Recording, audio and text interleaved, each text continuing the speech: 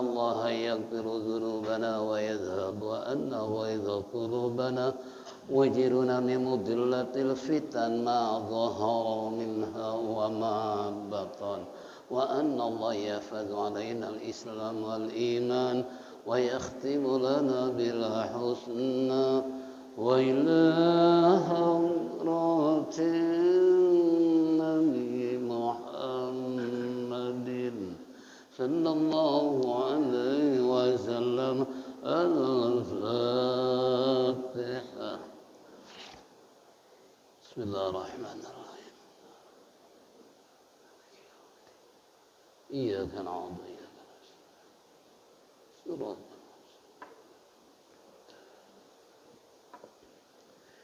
يا ربي بالمصطفى بلغ مقاصدنا واغفر لنا ما مضى يا واسع الكرم يا ربي بالمصطفى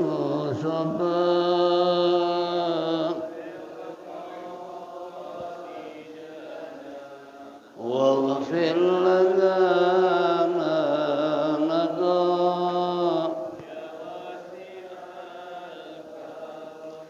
بسيد الخلق شمس الحق منتسم محمد الخير المعصوم ومتسم يا رب بالمصطفى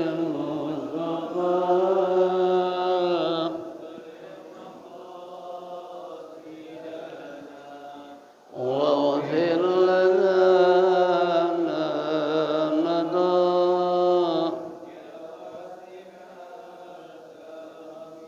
له فرارة حبيب الله حاجته ومصدر الفضل والإرفان والكرم يا رب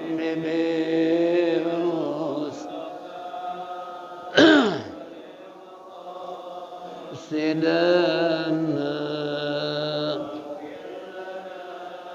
ما مضى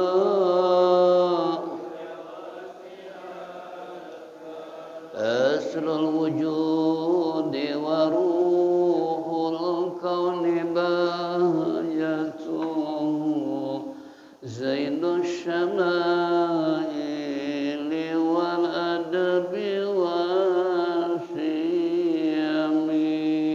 يا رب بالمصطفى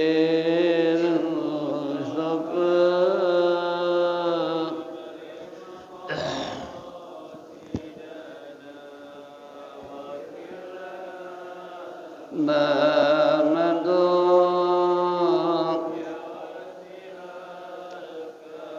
مطهر الأرض من رجس ومن درني من عبد وثن أو عبد الصنم يا رب بالمصطفى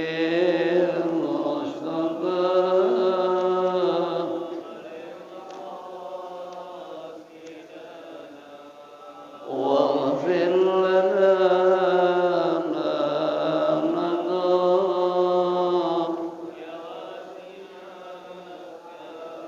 لله من منقذ الإنسان من سقر خير البليات من غرب ومن أجم يا رب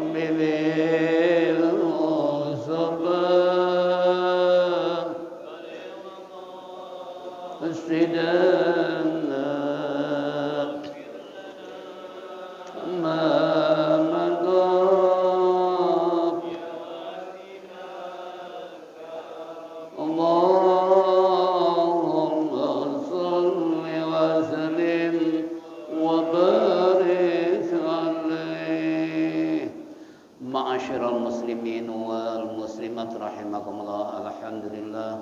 Alhamdulillah rabbil alamin. Wassalatu wassalamu ala asyrafil mursalin sayyidina wa syafi'ina wa maulana Muhammadin wa ala alihi wa sahbihi ajma'in. Amma ba'du, fa inna asdaqal kitabullah khairal hadi hadi sayyidina Muhammadin sallallahu alaihi wasallam wa syarrul umuri muhdatsatuha wa kullu muhdatsatin bid'ah wa kullu bid'atin dhalalah wa kullu dhalalatin finnar. Wa qala al-musannif rahimallahu ta'ala wa adaman naf'a bihi wa bi ulumihi fid daraini amin. Wa qala ma'asyiral muslimin wal muslimat rahimakumullah. Bapak-bapak, ibu-ibu, hadirin jamaah Masjid Jami' Ada Guru Sya'ban yang saya hormati, kembali ungkapan puji syukur kita terlebih dahulu kehadirat Allah Subhanahu wa taala atas segala rahmat dan nikmat yang diberikan kepada kita sehingga sampai saat ini kita masih bisa bersilaturahmi, bertatap muka, duduk bersimpuh bersama-sama di tempat yang mulia dalam rangka menindaklanjuti taklim rutin di pagi hari menjelang siang. Tentunya harapan kita mudah-mudahan apa yang kita lakukan semua ini mendapat ridha Allah Subhanahu wa taala, taufik dan hidayah, rahmat dan inayah selalu menyertai kehidupan kita sehingga kelak mati husnul khotimah. Amin ya rabbal alamin. Salawat serta salam kita sanjungkan kepada baginda Nabi kita Nabi besar Muhammad sallallahu alaihi wasallam. Hadirin jamaah rahimakumullah. Minggu yang lalu kita telah menyimak yang terkandung dalam kitab Risalatul Ma'awanah, kembali Al-Jawahirul Karamiyah fi idahil aqidatil islamiyah mal mutahidu wa minal mutahidun ladina yastiqarahu. Qala al-musannif rahimallah mal mutahidu wa manil mutahidun alladina istaqarra ra'yu ala tiba'ihim. Jim al-mujahidu wal muhitu bi mu'dhami qawaidil syar'iyyati wa nususiha al mumarrisil laha bihaitsu tasaba quwwatan yafhamu biha maqsud asy-syari' wal mujahiduna kasiruna wal mujahiduna alladziina istaqarra ra'yu 'ala tiba'ihim wal akhdhu bi qawlihim arba'atun wahum Abu Hanifah, Nu'man, Abu Thabit wa Malik bin Anas wa Muhammad bin Idris Asy-Syafi'i wa Ahmad bin Hanbal radhiyallahu anhum. Wa innama ikhtaral ulama'u taqlida haula'il arba'ah duna ghairihim mimma yabalagha darajatul ijtihadi likasirati mastambatuhu minal masaili bisababin taqarru'ihim lidzalika hatta nadaratil qadaya allati lam yubayyinu hukmaha walinaqli madzahibihim ilaina bitariqi tawatir fayam bagi taqlidu wahidin muayyanin minhum illa lidarurati wa illa parubbama da'da ila talfiki yukhriju ain sawa'id tariqi. Wallahu alam bisawab. Ini kita akan mengenal tentang para mujtahid yang telah mengembangkan dan memperjuangkan setelah baginda Rasulullah dan para sahabat, dilanjutkan oleh para ulama-ulama salafus saleh untuk mempertahankan prinsip di dalam masalah syariat agama. Siapa saja mereka yang disebut mujtahid? Di sini artinya apakah yaitu mujtahid itu Dan siapakah orang-orang yang berjihad yang telah disepakati, yaitu untuk diikuti. Al-mujahidu wal muhitu. Mujahid ialah orang yang menguasai sebagian besar kaidah, yaitu syara dan nas-nasnya, yang terlebih sekiranya dia mempunyai kemampuan untuk mengetahui maksud syariat Allah atau baginda Nabi kita Muhammad sallallahu alaihi wasallam. Itulah namanya mujtahid.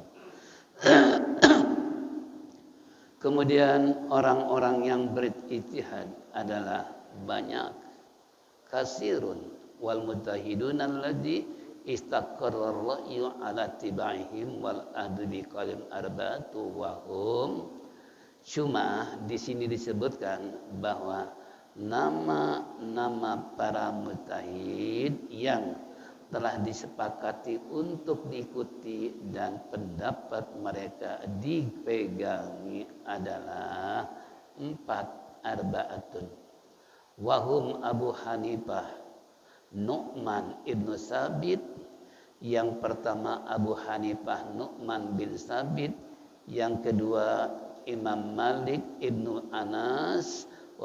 Yang ketiga Muhammadun Idris Asy-Syafi'i. Yang keempat wa Ahmad bin Hanbali radhiyallahu anhu. Mereka adalah wa innama ikhtaral ulama taqlidaha ulail arba'ah duna ghairihim.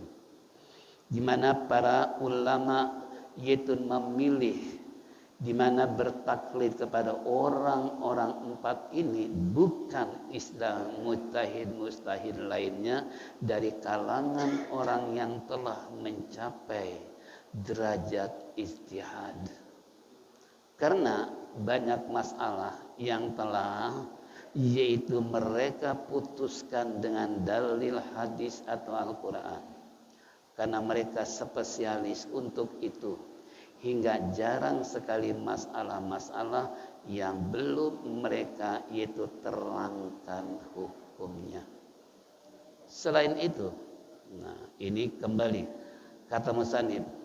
Selain itu karena mazhab mereka dibawa kepada kita dengan jalan yang disebut yaitu tawatur atau banyak yang membawa, maka layaklah untuk mengikuti seseorang yang tertentu di antara mereka, kecuali karena derajat.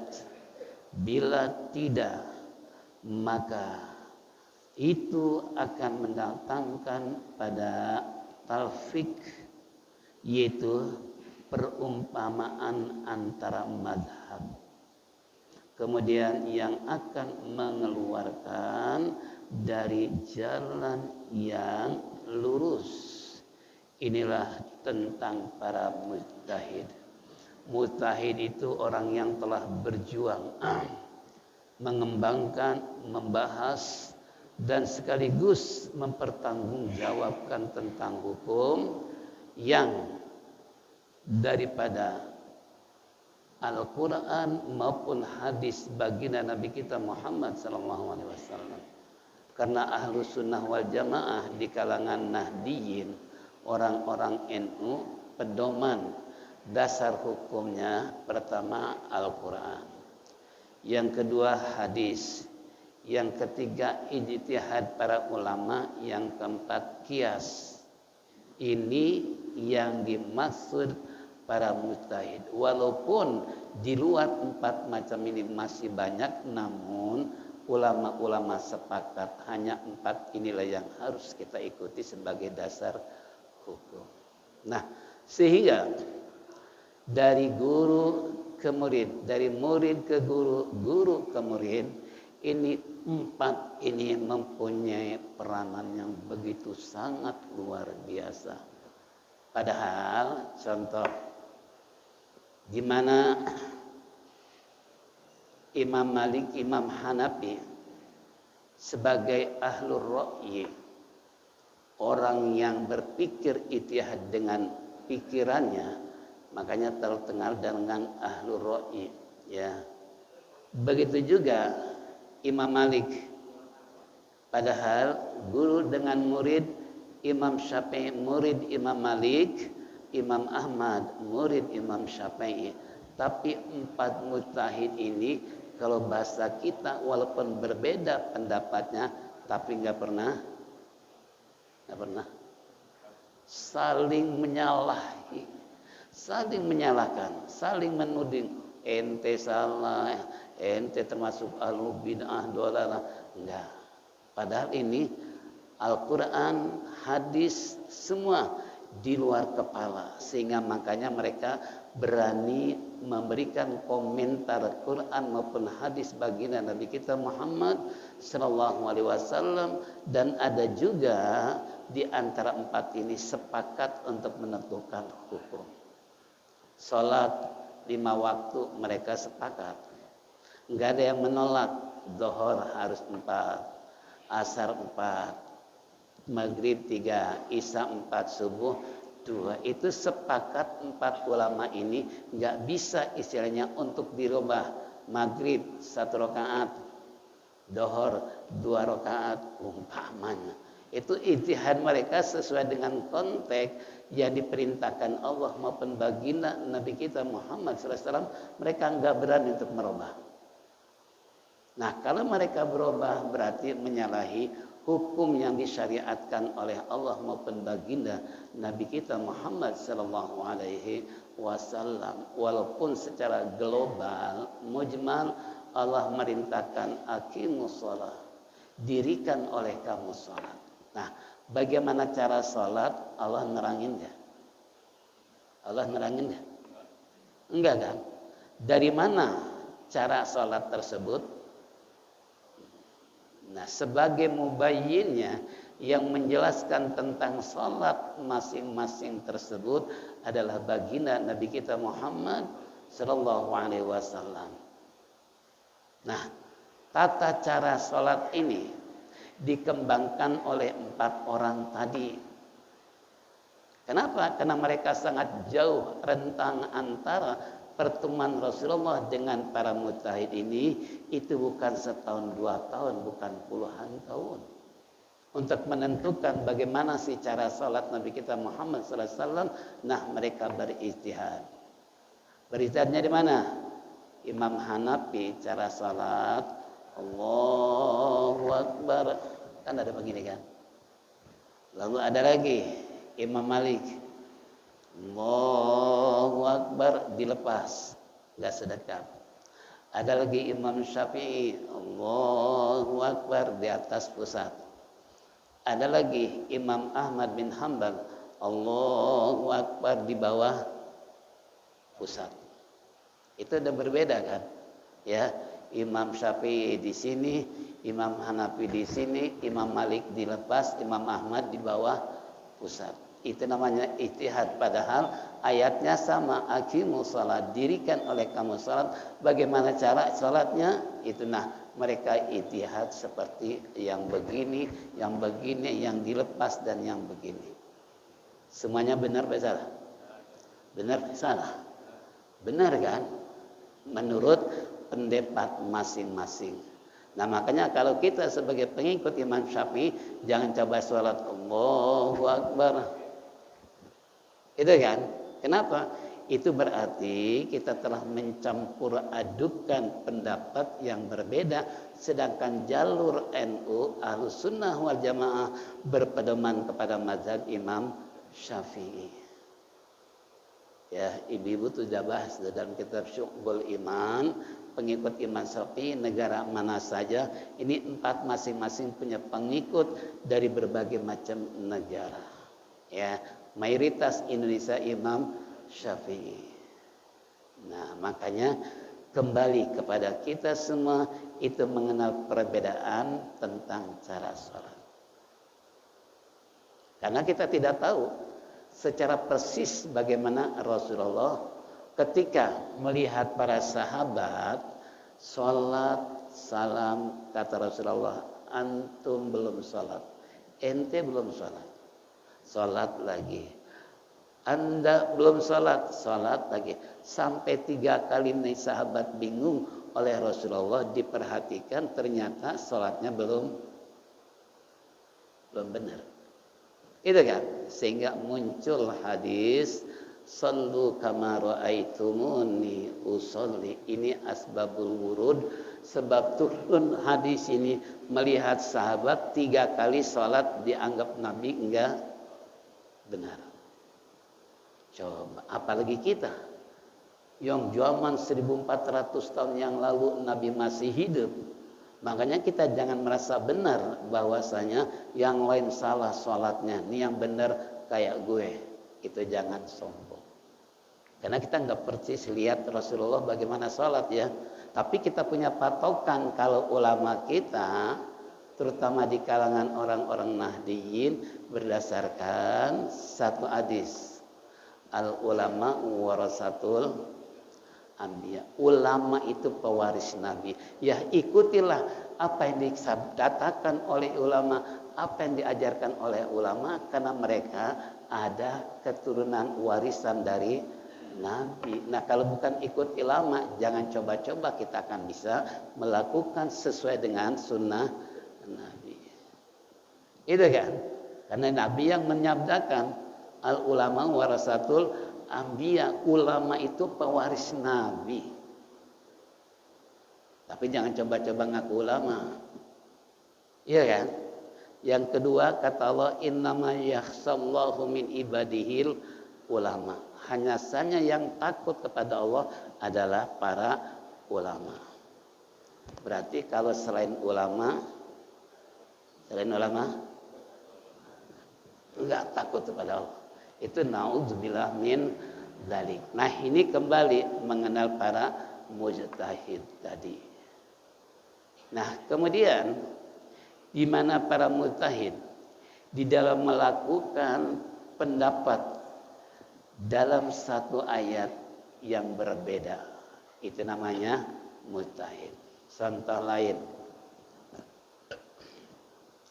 Imam Syafi'i dengan istri senggolan, batal nggak? Batal. Imam Hanafi nggak batal. Kenapa? Padahal ayatnya sama. Apa? Yaitu la yastumun nisa. Jangan kamu menyentuh istri kamu. Nah, menyentuh ini kalau Imam Hanafi tangan dengan tangan, cium tangan istri batal. Tapi Imam Hanafi maksud gesekan itu adalah melakukan jima, hubungan suami istri baru batal. Padahal ayatnya sama tapi pendapatnya, tapi mereka enggak berantem. Kalau kita salah ente, bid'ah ente, main bid'ah melulu. Mujtahid enggak pernah mereka menuduh orang salah. Ini terlalu gegabah kita menyalahkan orang lain, padahal ada contoh di kalangan para mujtahid tidak pernah mereka saling menyalahkan. Justru mereka saling menghormati yang satu dengan yang lain. Nih dulu. Kalau sekarang malah saling menghujat. Gitu kan? Saling mengolok-olok, saling menyalahkan dan lain sebagainya. Ini kembali kepada kita semua mengenal dengan mujtahid tadi. Ya, orang-orang yang telah berjihad di jalan Allah melalui pandangan, pendapat berdasarkan ilmu mereka, baik yang dalam Al-Quran maupun hadis, kemudian diidahan mereka seperti contoh tadi. Coba, kalau kita nggak ikut ulama, madzhabul arba'ah, siapa yang mau kita ikuti? Makanya kalau ada orang mengatakan aneh nggak butuh ulama, itu orang sok banget, sombong banget. Ya, dia tahu alif ba dari mana, bisa baca Al-Quran dari mana. Cuman mereka sombongnya enggak mengakui guru mereka adalah sebagai ulama. Padahal kalau enggak ada guru, mana mungkin kita akan kenal agama, mana mungkin kita baca Quran, mana mungkin kita mengenal cara sholat dan lain sebagainya. Karena ingat kita pun waktu masih kecil, waktu ngaji di musola, di surau, di madrasah segala macam, itu yang ngajar adalah orang-orang yang benar-benar masyayikh di dalam silsil, mereka punya guru dan seterusnya. Nyambung kepada 4 masing-masing berbeda pendapat, tapi semua tujuannya adalah sama, ya. Yang penting kebersamaan ini jangan saling menuduh, jangan saling melecehkan, apalagi menyalahkan orang lain. Jangan. Maaf di kalangan kaula muda nih. Ya, karena banyak sekarang di kalangan kaula muda. Contoh aja. Kemarin saya di Baladewa. Ada jemaah tanya, saya puasa, lalu dia bilang nggak boleh puasa tiap hari. Itu nggak ada dalil, nggak ada hadis. Dia tanya sama saya, benar nggak itu? Saya nggak boleh puasa. Katanya nggak ada dalil, nggak ada hadis. Sekarang kalau Bapak berani tanya lagi, maaf saya mau tanya, itu puasa benar apa jelek? Puasa jelek apa benar? Benar. Kalau benar, kira-kira ada pahala nggak? Ada pahala nggak? Manja'a hasanat falahu asyru amsalihha. Siapa yang mendatangkan satu kebaikan, Allah akan lipat gandakan menjadi 10 kebaikan. Ini puasa dilarang, katanya nggak ada hadis, nggak ada dalil. Bayangin coba, ini sampai begitunya berani menyalahkan orang lain. Sampai saya jelaskan, yang nggak boleh puasa kan 5 hari 1 tahun, ya kan? Hari Raya Idul Fitri, Idul Adha, dan hari Tasyrik, 3 hari setelah Hari Raya Idul Adha. Itu jelas haram hukumnya, walaupun kita mampu untuk melakukannya. Sampai ada jemaah yang negor, Pak, ini hari Tasyrik haram puasa, tanggung saya. Nah, ini kan saking awamnya, nggak ngerti hari-hari yang diharapkan oleh agama, tapi merasa dirinya kuat, mampu berpuasa, padahal itu hari yang dilarang, tapi masih ngerjain juga. Kira-kira orang ngerti apa memang orang jahil? Itu kan jelas. Adapun selain daripada itu, ya silahkan kalau memang kita mampu untuk berpuasa. Yang saya katakan, jangan coba-coba menganggap salah orang lain. Udah dirinya nggak ngerjain, malah nyalahin orang. Banyaklah orang bertanya-tanya. Sampai mu'alim suka cerita, ada orang yang tanya mu'alim, korban untuk orang meninggal dunia boleh nggak? Mu'alim balik tanya, korban baik apa jelek? Baik. Nah kalau baik, kenapa kok enggak? Gitu kan? Nah kalau baik ya kerjain.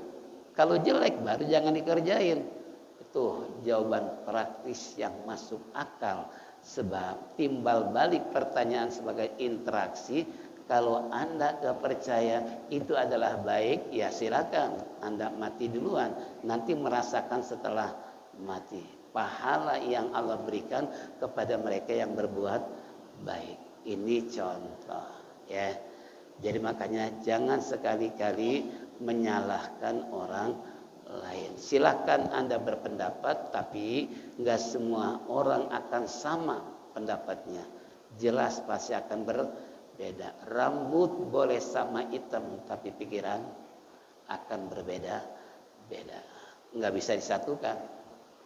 Ya, nah ini salah satu contoh lagi. Nah, yang kedua, bahwa mereka adalah para mujtahid khusus 4 tadi. Yang pertama adalah wahum Abu Hanifah Nu'man ibnu Sabit. Kita akan kenalnya Abu Hanifah doang ya. Pasti orang kenal siapa sih mujtahid ente? Abu Hanifah. Yang kedua Malik bin Anas. Kita taunya Imam Malik. Bin Anasnya nggak tahu. Malik bin Syahab tahu gelap. Anas sih taunya Malik aja udah. Pada itu. Yang ketiga yaitu Muhammad ibnu Idris Asy-Syafi'i. Ya, kita kenalnya Syafi'i doang, padahal namanya Muhammad Idris Asy-Syafi'i. Yang di dalam biografi beliau, manaqib beliau, ini orang yang benar-benar lahir dalam kandungan 4 tahun lamanya. Pernah dengar nggak? Manusia yang lahir 44 tahun dalam kandungan, ini orangnya. Siapa? Ya. Loh, kenapa Muhammad ibnu Idris ini adalah ayah dari Imam Syafi'i yang semenjak beliau konon ceritanya di saat mau pesantren, mau mencari ilmu, merantau, ya. Lalu begitu dalam perjalanan, dulu kan belum ada Gojek, belum ada Grab, harus jalan kaki. Coba, begitu kecapean, begitu dia kehabisan bekal, duduk di pinggir sungai. Ini bapaknya nih, bapak Imam Syafi'i. Begitu duduk, tiba-tiba ada apel terbawa air.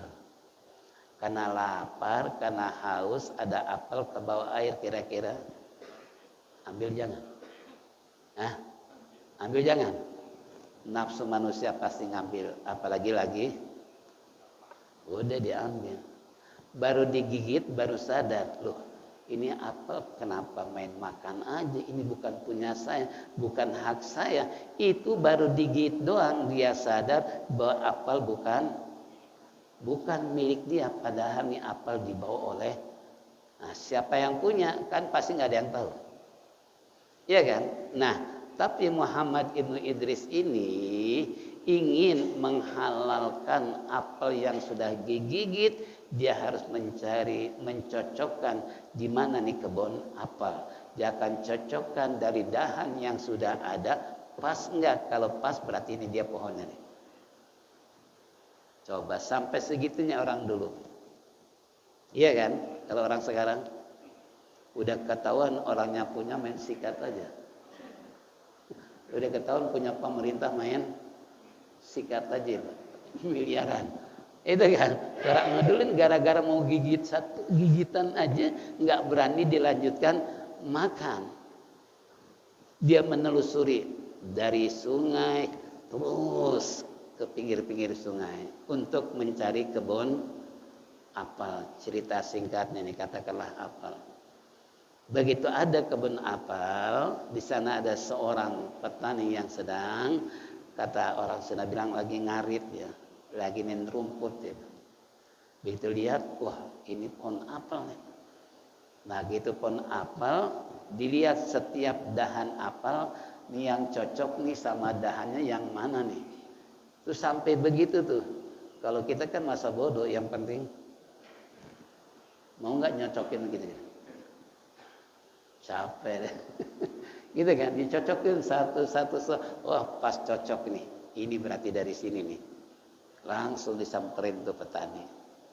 Assalamualaikum Tuhan, saya mau tanya nih, ini kebun ini punya siapa ya? Ada apa? Enggak, saya mau minta maaf. Ketika saya istirahat di pinggir sana, ada apel terbawa air, kemudian saya gigit, saya sadar ini bukan punya saya. Oh pantas apel sering hilang. Gak taunya ini biangnya. Disangka lah pencuri apel, padahal mau minta maafin saya Tuhan, karena nggak tahu bahwa apel ini jatuh dari pohon yang itu tuh. Ditunjukin nih pohonnya nih, pas saya cocokkan ternyata betul. Nah saya minta maaf, apel yang saya gigit ini. Yang punya kebun apel nggak bisa begitu saja. Nggak saya maafkan kalau Anda belum melakukan 2 syarat.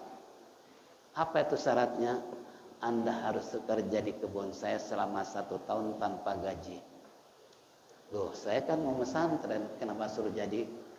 Lah katanya mau dihalalin. Ya kalau mau silakan, kalau nggak mau, nggak saya maafin. demi untuk mencapai kehalalannya itu apal mau nggak mau dia harus kerja selama 1 tahun. Kurun waktu dengan tidak terasa setahun berlalu. Lalu kata yang punya kebun syarat yang kedua, apa itu Tuhan?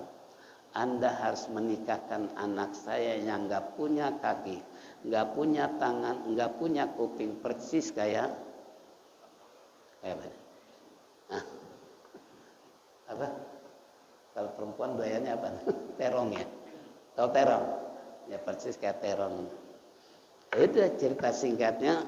Wah, kalau ini saya harus minta izin sama orang tua saya, boleh nggak saya? Tujuan saya mau pesantren, mau ngaji, kok suruh nikahin anak bapak. Bagaimana nanti orang tua saya? Ya, kata yang punya petani tersebut, ya silahkan terserah Anda mau izin atau tidak. Kalau pengen dihalalkan tuh apel, udah ulang singkat kata izin sama bapaknya bahwa gara-gara ngegigit apel tersebut kena hukuman kerja 1 tahun, menikahkan anak yang nggak punya. Nah, gambaran bapak kira-kira gimana?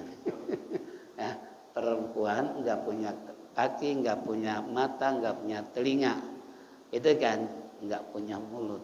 Bisa dibayangkan nggak kira-kira? Ini persis kayak terong.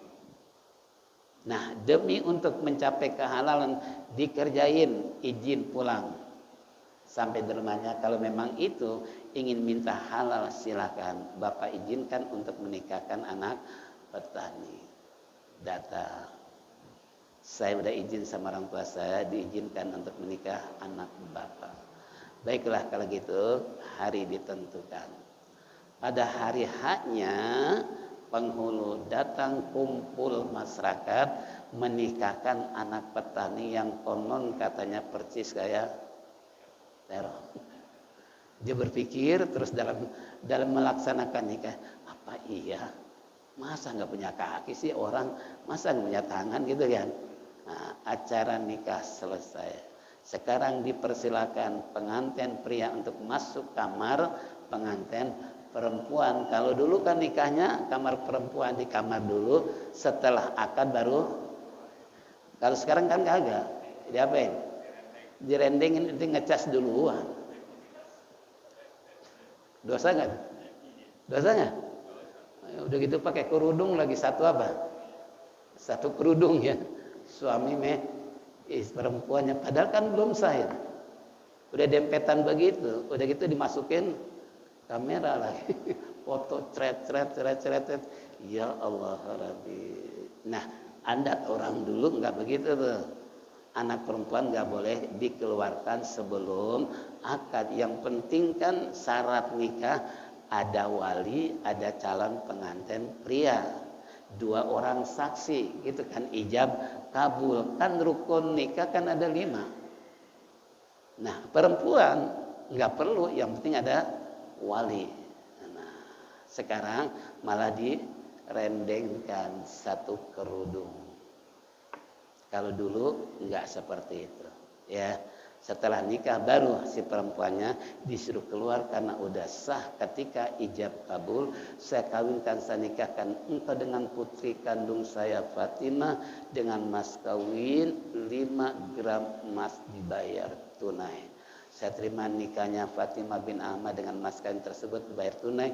Sah, udah. Baru pengantin perempuan dikeluarin, baru disandangkan antara suami istri karena udah sah. Setelah itu ada tausiah nih. Ya, ada tausiah masalah apa? Nikah.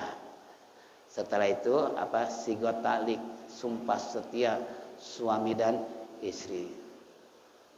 Atas nama Fulan bin Fulan bersedia untuk memberikan jaminan kepada istri yang dinikahi tadi dengan 1, 2, 3, 4, 5 dan seterusnya, tanda tangan Jakarta umpamanya 13 Juni 2025, kata penghulu selesai. Itu namanya sigot taklik. Boleh nggak? Boleh nggak? Harus. Makanya kalau anak bapak nggak suruh baca gituan, nanti bapak rugi. Ruginya kenapa?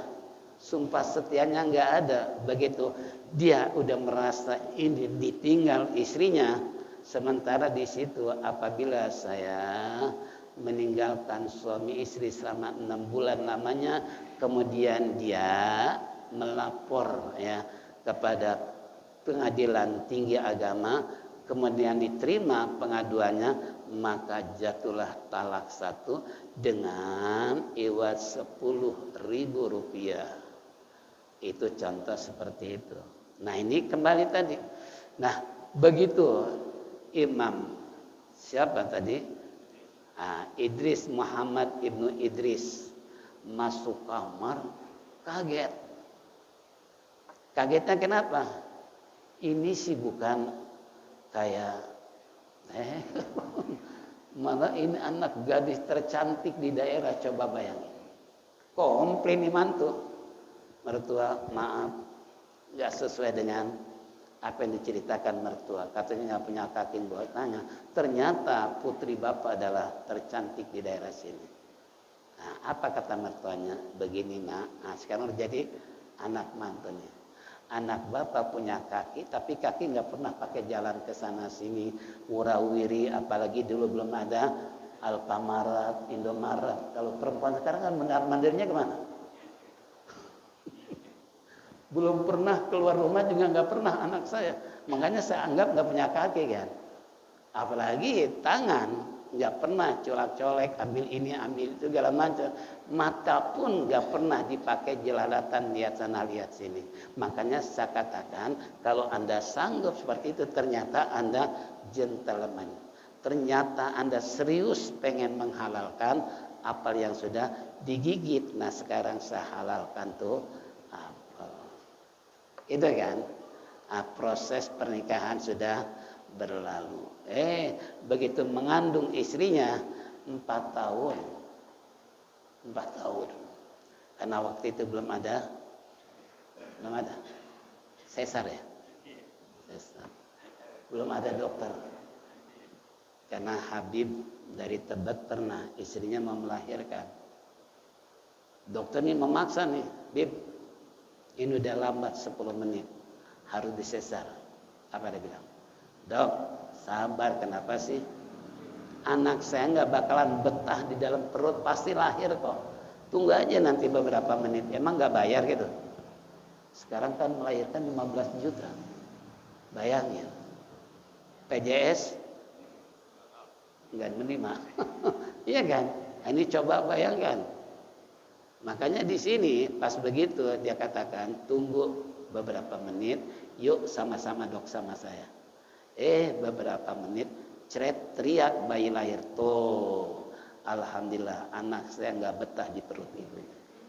Kalau ini 4 tahun kira-kira Masya Allah. Kalau banyak sekarang itu istilahnya Muhammad Idris tadi istrinya hamil.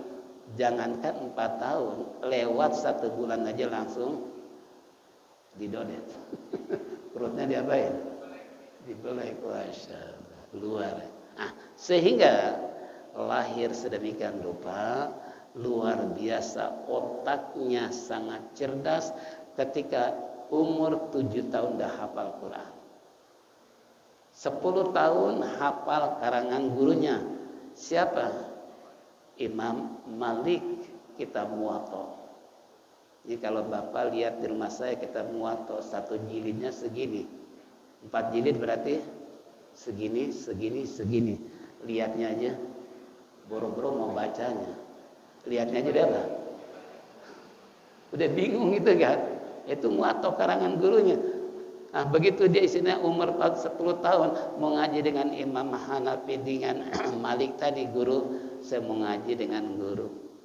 Boleh, syaratnya kamu harus bisa menjawab karangan saya apa yang ada dalam kitab Muwatta. Guru maaf, jangan jawab, saya udah semua udah di luar kepala. Yo ditantang tuh udah hafal semua udah saya baca. Coba model kita umur 10 tahun kira-kira begitunya.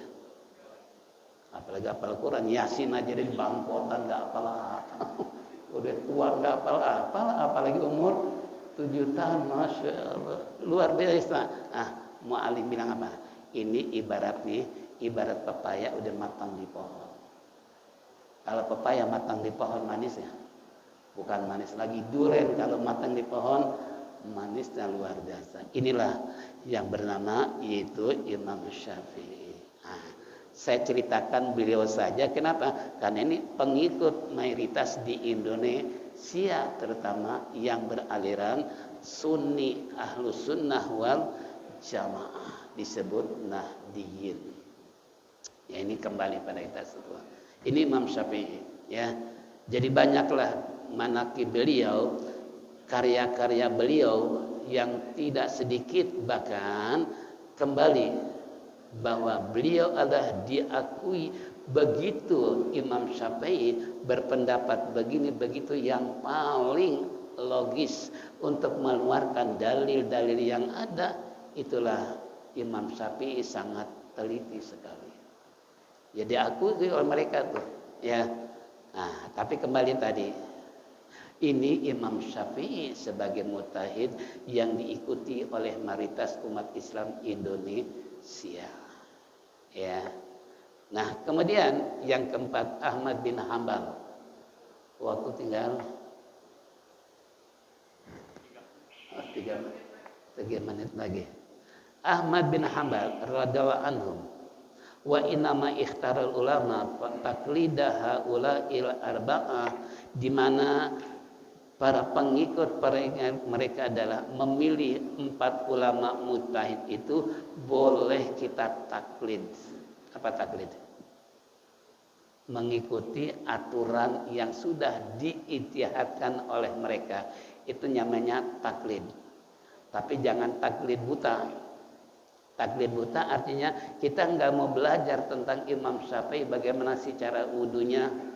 Umpamanya kalau Imam Syafi'i cuman ada di ujung pembatasan antara kening dan rambut, kalau Imam Hanafi sepertiga, Imam Maliki dicelupin kepalanya. Kalau dicelupin. Kalau bulan puasa enak ya. Kepala adem. Adem enggak gitu? Biasa kalau bulan puasa Bapak luar biasa. Ada kesempatan untuk apa? Nyuci kepala, padahal cuma segini doang kan. Kalau Imam Syafi'i kan begini doang, boleh di sini, boleh sini, boleh belakang, boleh di atas, yang penting kepala. Namanya kepala definisinya adalah tempat tumbuhnya rambut, itu kepala. Boleh dari sini, yang penting tempat tumbuh kepala. Tapi berbedanya pendapat Imam Hanafi, Maliki dan Imam Syafi'i tadi, cara wudunya beda. Makanya kita enggak boleh taklid kepada semua 4 mazhab ini. Kenapa? Siapa yang akan mempertanggungjawabkan nanti di akhirat? Itu yang paling sulit. Bisa-bisa kita jadi bola pingpong nanti. Anda kan pendapat Imam Syafi'i, pengikut Imam Syafi'i, tahlilan, baca Yasin malam, suka berselawat, umpamanya baca kunut gitu kan, sholatnya pakai sarung, pakai koko, pakai peci, itu kan ciri-ciri Ahlus Sunnah wal Jamaah. Kenapa ente kok minta tolong sama saya? Enggak, kan saya sewaktu-waktu wudunya dicelupin kepala. Iya, cuman bulan puasa doang, karena kepala pengen dingin. Jadi bola pingpong kan nih? Gak bisa. Datang lagi macam ini loh. Dulu kan ngambil wudhu ente kan cuma sebatas gini doang. Berarti kan Imam Syafi'i. Kalau saya kan sepertiga begini, dikeluarkan lagi ke depan. Itu kata Imam. Nah inilah. Jadi makanya kita nggak boleh taklid kepada semua madzhabul arba'ah. Tapi mana yang kita ketahui yang pas dan nggak berat juga nggak ringan. Inilah Imam Syafi'i. Nggak terlalu berat ya. Makanya dalam kitab yang dibaca itu di siapa di Senin? Bukan Madzhabul Arba'ah. Mizanul Kubro. Ya, Mizanul Kubro itu kan membahas 4 mazhab tadi. Iya kan? Perbedaan antara Imam Hanafi, Maliki, Imam Ahmad, Imam Syafi'i itu di dalam kitab istilahnya apa Mizanul Kubra, judulnya si Rahmatul Ummah ya. Itu matanya baru Mizanul Kubra, tengah-tengahnya beda kitab. Ini contoh. Nah, inilah jadi makanya mereka benar-benar mempertanggungjawabkan sampai ke akhirat. Kalau kita mengikuti salah satu di antara mazhab. Kalau kita taklid kepada semua mazhab, kembali lagi siapa nanti akan bertanggung jawab di sana. Karena masing-masing mereka nggak mengakui ente pengaku Imam Syafi'i, kenapa minta sama ana? Minta sama dia. Kata Imam Syafi'i, loh, kamu kan menganggap orang salah, jadi kamu yang paling benar, semua jangan bidah dolalah. Minta ke sana. Coba kira-kira gimana? Ini contoh ya. Inilah saya kira mengenal tentang mujtahid di kalangan 4 mazhab yang terkenal. Masih banyak mujtahid yang tidak disepakati oleh ulama-ulama ahli fikih. Inilah saya kira nanti 5 tarapan mujtahiduna fi ba'dil masail. Nanti di mana letak perbedaan para ulama-ulama 4 tersebut. Wallahu alam, nanti ke depan yang kita akan baca. Inilah hadirin waktu Isra memisahkan kita di hari ini.